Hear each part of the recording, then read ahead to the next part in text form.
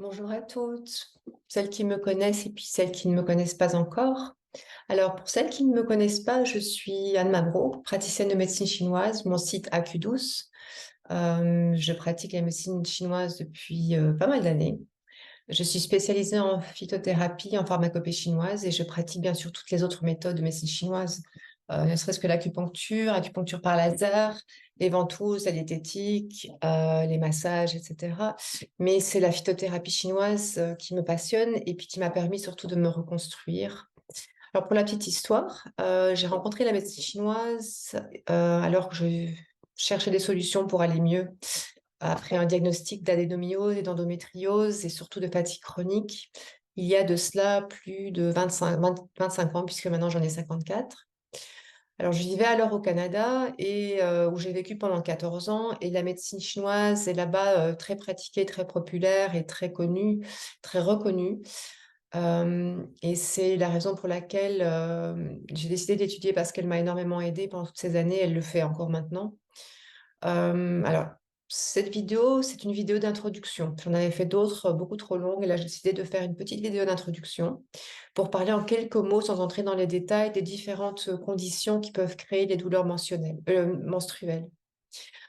Tout cela selon une vision que je ne connaissais pas nécessairement, qui est celle de la médecine chinoise et des méthodes traditionnelles chinoises. La médecine chinoise, dans toute l'Asie, là où elle est pratiquée, elle a une vision bien différente, une conception du corps qui est bien différente. Et elle décrit ces mécanismes de manière très particulière. Alors, selon la médecine chinoise, la douleur de règles est associée à un déséquilibre énergétique. Selon sa théorie, le corps est traversé par des routes, des canaux. Je vais vous mettre d'ailleurs une petite photo à l'écran pour que vous voyez un petit peu à quoi ressemblent des canaux, ce qu'on appelle nous des méridiens. Alors, il est essentiel que l'énergie que l'on appelle le qi aussi circule de manière fluide dans ces routes, sur ces canaux et bien sûr à l'intérieur du corps pour avoir une bonne santé mentale et une bonne santé physique et émotionnelle. Donc, la douleur menstruelle, puis c'est cela qu'on veut parler, elle est toujours due à une stagnation de l'énergie, c'est-à-dire un blocage d'énergie et de sang dans les organes pelviens, dans l'utérus bien sûr. Alors, ces blocages qui causent des douleurs menstruelles durant les règles, mais aussi à l'ovulation éventuellement, elles ont plusieurs causes. Donc, parlons brièvement des causes, puisque c'est ça qui nous intéresse. La première cause de blocage et donc de douleur, c'est la présence de froid dans l'utérus, dans les organes génitaux.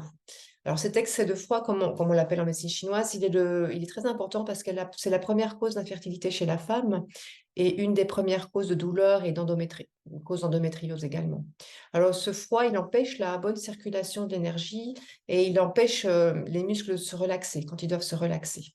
C'est la raison pour laquelle ces femmes qui ont un utérus froid ou qui souffrent de froid dans l'utérus, comme on dit, trouvent du réconfort en plaçant des bouillottes chaudes sur le ventre, sur le dos, etc.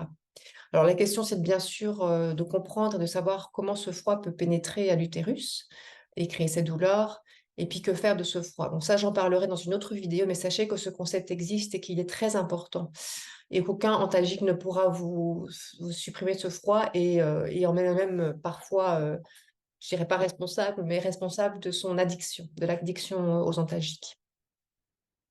Alors, la deuxième cause de blocage, donc de douleur, c'est la présence d'un excès d'humidité dans le corps, encore un concept de médecine chinoise. C'est dans le corps et surtout dans le système digestif qui irradie vers le bas du ventre. Alors, en plus des douleurs menstruelles, on aura éventuellement des maux de tête, certainement des troubles digestifs, que ce soit des diarrhées, des ballonnements, en général pendant les règles, mais également en dehors des règles, une prise de poids inexpliquée, etc. C'est ce qu'on retrouve souvent dans le syndrome des ovaires polykystiques, hein, mais pas nécessairement. La... Parlons de la troisième cause de blocage. Donc, la troisième cause de blocage, donc de douleur, c'est le manque d'énergie, le manque de vitalité. Et c'est ce qu'on appelle en médecine chinoise le vide de qi, le vide de sang. Alors, cette faiblesse de l'organisme ne permet pas à l'énergie vitale et au sang de circuler de manière harmonieuse dans les méridiens et dans le corps. Donc, je dirais que la quasi-majorité des femmes vont souffrir un jour ou l'autre d'un déséquilibre à ce niveau-là, et d'un vide de sang et de vide de qi, surtout si elles ont eu des règles hémorragiques pendant longtemps, du stress chronique, que ce soit physique, émotionnel, mental, un surmenage, etc. Il y aura systématiquement un vide de sang, un vide de qi. une mauvaise alimentation, une mauvaise digestion.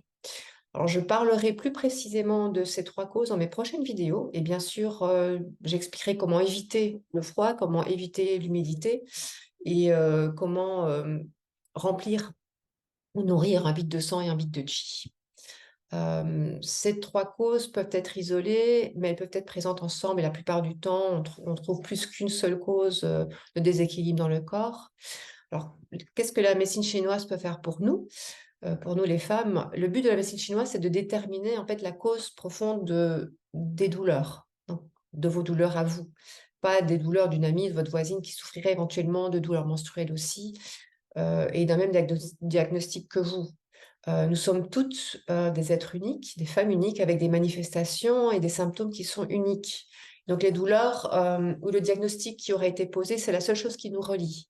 Mais par contre, les causes sont toutes individuelles et personnelles. Les déséquilibres sont tous différents. Il ne s'agit pas de mettre un pansement, temporaire sur ces douleurs, c'est pas un analgésique. Le but de la médecine chinoise, c'est de déterminer la cause, ou les causes, et puis de les éliminer, bien sûr. Alors, on élimine le froid d'utérus quand il y en a, on chasse l'humidité du corps et dans le petit bassin quand il y en a, et souvent il y en a, et on fait surtout circuler l'énergie pour ne pas qu'il y ait de douleur, et on fait circuler le sang pour ne pas qu'il y ait de caillots, par exemple. Une des causes de douleur, c'est la présence de caillots. Et une chose très importante, on renforce le corps et la vitalité de la femme qui est souvent amoindrie en fait par ces douleurs et par ces pertes de sang. Alors, comment le fait-on? La médecine chinoise dispose de plusieurs méthodes. Alors, pour ma part, je suis spécialisée en phytothérapie, en pharmacopée chinoise. Donc, c'est bien sûr cette méthode que je privilégie parce qu'elle est très efficace, puisqu'elle m'a sauvée et qu'elle continue à le faire. Donc, si vous avez des questions par rapport à ces concepts qui sont assez différents, n'hésitez pas à me contacter. Vous pouvez visualiser, faire une recherche sur Internet. Mon nom, Anne Mabro, AQ12, le nom de mon site. J'ai également une page Facebook que j'essaie de nourrir, mais bon, ça prend beaucoup de temps. Et puis, j'ai un Insta où j'essaie de donner quelques petites infos, quelques petites photos. Mais sur mon site AQ12, vous allez avoir plein d'articles, pas nécessairement sur les douleurs menstruelles, mais il y en a quelques-unes, puisque c'est ça qui m'intéresse aussi, mais sur le système digestif, etc., etc. Vous allez avoir pas mal d'articles qui sont gratuits, donc je vous invite à les consulter. Et puis, si vous avez des questions, n'hésitez pas à me contacter. Voilà, je pense que j'essaie d'être super rapide pour que ça ne vous prenne pas trop de temps. Et voilà, donc je vous revois peut-être bientôt, si ça vous intéresse, dans une prochaine vidéo où je vais expliquer tous ces concepts de froid de l'utérus, comment l'éviter, d'humidité, puis de faiblesse de l'organisme, vide de sang, vide de chi. Voilà, à bientôt et puis bon dimanche.